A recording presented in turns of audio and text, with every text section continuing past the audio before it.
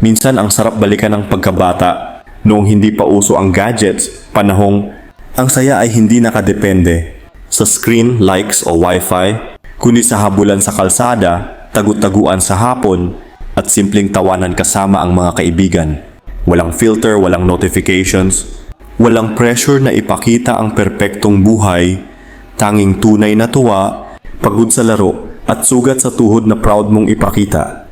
Noon, ang komunikasyon ay sigaw mula sa bintana o katok sa pinto, hindi message or video call. At ang memories, hindi nakasave sa gallery, kundi nakaukit sa puso at isipan. Sa mundong puno ngayon ng ingay at pagmamadali, may parte sa atin na gustong bumalik. Sa mga gabing ang liwanag lang ay bituin at kwento ng kapitbahay.